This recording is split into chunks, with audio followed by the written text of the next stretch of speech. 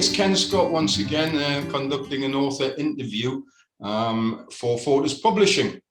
And this time I'm pleased to say, first, hopefully not the last, the first time we've been to an island, to an author in the Emerald Island, and we'll have Radhika. And whereabouts are you, Radhika? I actually live in Dundalk, which is about 1 hour north of Dublin, because people would usually know Dublin because it's the capital of Ireland. So I live 1 hour north of Dublin, but I work in Drogheda, which is just 30 minutes north of Dublin. So I'm kind of, working in between a town that's between Dundalk and Dublin kind of thing. Yeah. Okay. And what do you do in Drogheda? What do you do there? Oh, I work in the county education and training board, and I'm a resource officer here. So I mean, I used to be an ESOL teacher. I used to teach English as a second language and as a foreign language, but now my job is mostly administrative. So I do timetables and materials and curriculum support and assess learners and things like that. Yeah. Great. And you actually have time to write books?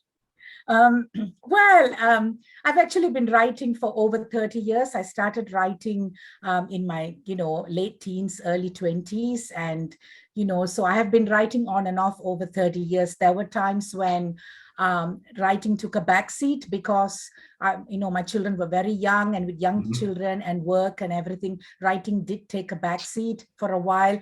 But then I would always kind of come back to it and step away. And actually, since the pandemic hit, since COVID hit, I kind of went back to it, kind of full on, and I haven't actually stopped. I'm actually now very disciplined, and that I should keep at it and not stop at all. Yeah. Excellent. I'm glad to hear that. And your debut, I can't call it a novel. I'm a bit of a snob, Radhika, because it's not a full story. It's actually 12 short stories, and it was published in August 2021. Is that right? And it's a lovely title. I love the title, and you're going to tell us about it a little bit in a minute.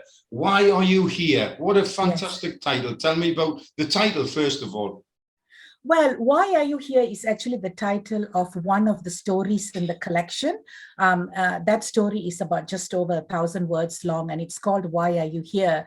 And that story was quite important to me because, first of all, I'm always kind of reluctant to write heavy dialogues. So most of my stories would kind of shy away from dialogues, but this one was very much dialogue driven. It's basically a conversation between a mother and a daughter, and it's set in Ireland. And that story actually I sent to the Cranked Anvil short story competition in October 2020, and it made the top 10 shortlist. I didn't actually win the top 3, but it made the top 10 shortlist. So that was meaningful for me because after a long time, I went back to writing. And then when I sent something, it got recognized, it kind of got somewhere. So when we chose the story to go into the collection and we were talking about titles, I said that, first of all, because this story is so different from the other stories, because it's basically a conversation. Secondly, because it had got some recognition in a competition. And thirdly, I thought it would grab kind of readers' attention if the title is a question, why are you here? And I think it's a question that I've asked myself for most of my life because, and I'm sure later we will talk about my background and many instances in my life and in many situations, even here in Ireland, I actually ask myself, why am I here? What am I actually doing here?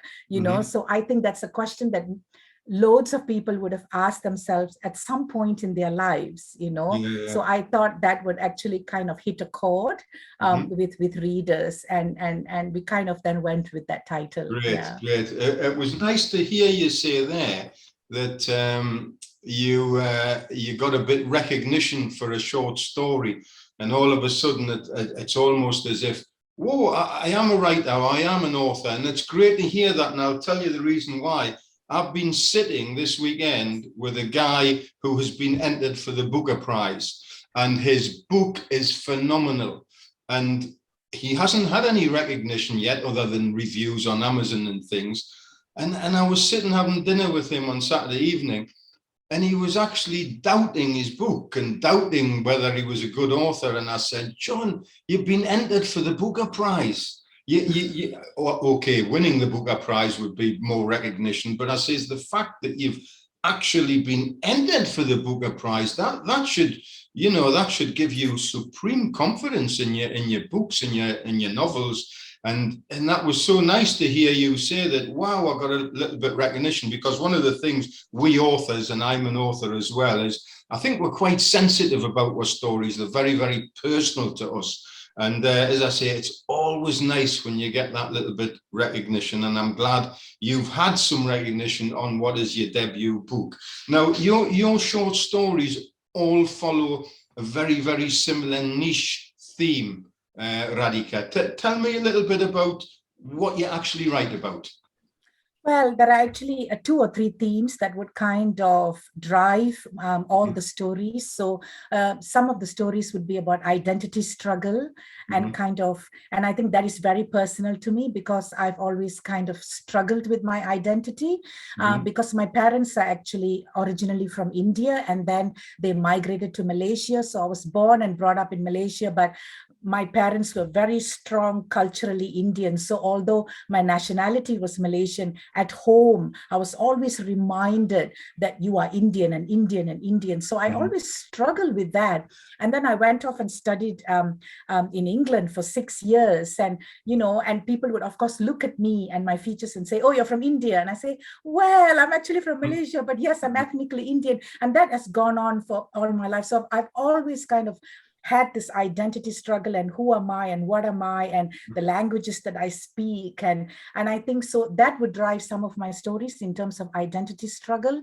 And then another theme that would be pretty strong in my stories would be domestic violence. Right, and sadly, I did grow up in a home, and this is quite a personal thing, where I grew up with domestic violence in my home. So it was quite a kind of a difficult childhood. Sorry, Radhika, was that directed at you, or was it directed at your mother?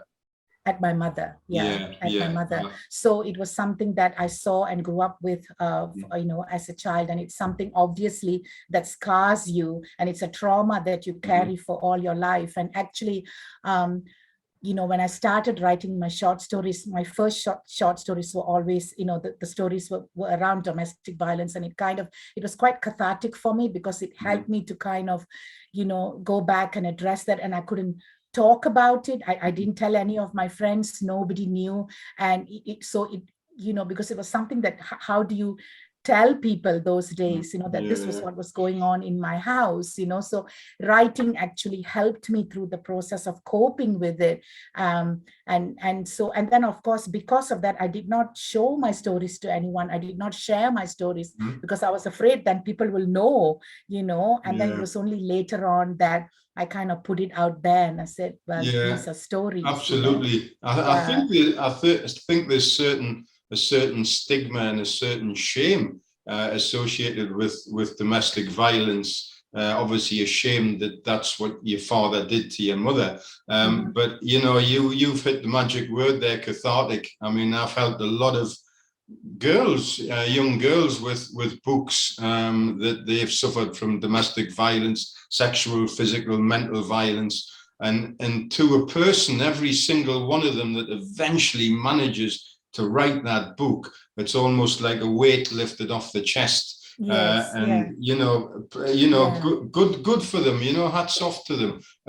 You should be rightly proud that you can write about subjects that are so sensitive to you, and subjects that should be brought out and talked about. I think certainly from the Indian culture, and very much I think Asian culture, and dare I say Western society, many years ago, and I'm talking a couple of generations ago, it was almost an expected thing that husband beat the wife or kept them under control. Thankfully, as a species, we appear to have evolved just a little bit, but we've evolved a little bit, and we now realize how wrong that is. I mean, even to the extent, I mean, I touched 60 this year, but the fathers in where I grew up, when I was a 6-7 year old, very much, not my father didn't, but they very much lifted the hands to the wives and the children. You know, corporal punishment, beating the children with a belt or a slipper was the norm. And as I say, I think it's really, I'm talking too much now. I said you were the one doing talking. But, you know, I really do believe that people should talk about it and write about it and say how wrong it is. And